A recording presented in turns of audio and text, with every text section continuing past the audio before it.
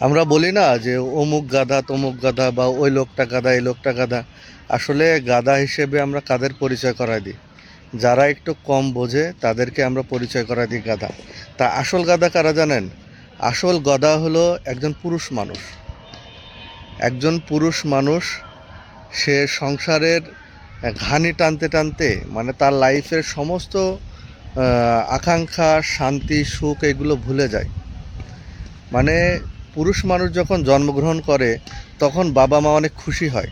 মানে আমাদের দেশে হোক বিশ্বের বাইরে যে কোনো দেশেই হোক না কেন, যখন একটা পুরুষ ছেলে জন্মগ্রহণ করে তখন প্রত্যেকটা মা বাবা খুশি হয়, প্রত্যেকটা আত্মীয় স্বজন খুশি হয়। কেন খুশি হয় বলেন তো?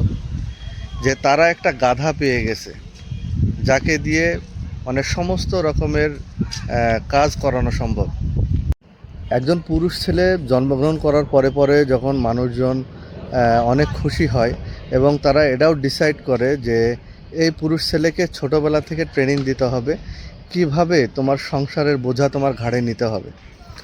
তাকে প্রায় 14, 15, 16, 17, 18 বছর শুধু ট্রেনিংয়ের পরে রাখা হয় যে কিভাবে তোমার ঘাড়ে তুমি এই সমস্ত কিছুর বোঝা বয়ে নিয়ে বেড়াবে।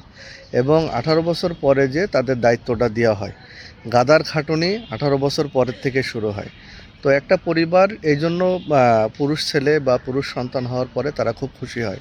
কারণ যখন মেয়ে হয়, মেয়ের দিকটা একটা চিন্তা করে যে মেয়েকে দিয়ে তো আমরা গাদার খাটুনি খাটাইতে পারবো না। মেয়ের জন্য অনেক খরচ, মেয়েকে বিয়ে দিতে হবে এবং মেয়ের জন্য অনেক কিছু করতে হবে। এর জন্য একটা পুরুষ ছেলে দরকার। যখনই তার পুরুষ সন্তানটা জন্মগ্রহণ করে তখনই তারা অনেক খুশি হয়ে যায়। তো আমাদের পৃথিবীতে পুরুষ মানুষকে গাধার সাথে তুলনা করা মানে ডাহামরি কিছু না। পুরুষ মানুষ মানেই গাধা। গাধা তো একটা প্রাণী যাকে আপনি যত বোঝাই দেন না কেন, তার পিঠ বাঁকা হয়ে গেলেও সে তো অবুঝ, ওই বোঝা বয়ে নিয়ে বেড়ায়। তেমন একটা পুরুষও সব কিছু মানে সব কিছু বুঝেও সে অবুঝ। শুধুমাত্র পরিবারের সুখ শান্তি এইটার জন্যই সে গাধার খাটুনি খাটে এবং গাধার মতোই তার মৃত্যু হয়। আর মৃত্যুর পরে এই গাধার খাটুনি তার শেষ হয়। তো আসল অর্থে একজন পুরুষ মানুষ পৃথিবীতে গাধার রূপে জন্মগ্রহণ করে, গাধা হয়ে খাটে এবং গাধার মতোই মারা যায়।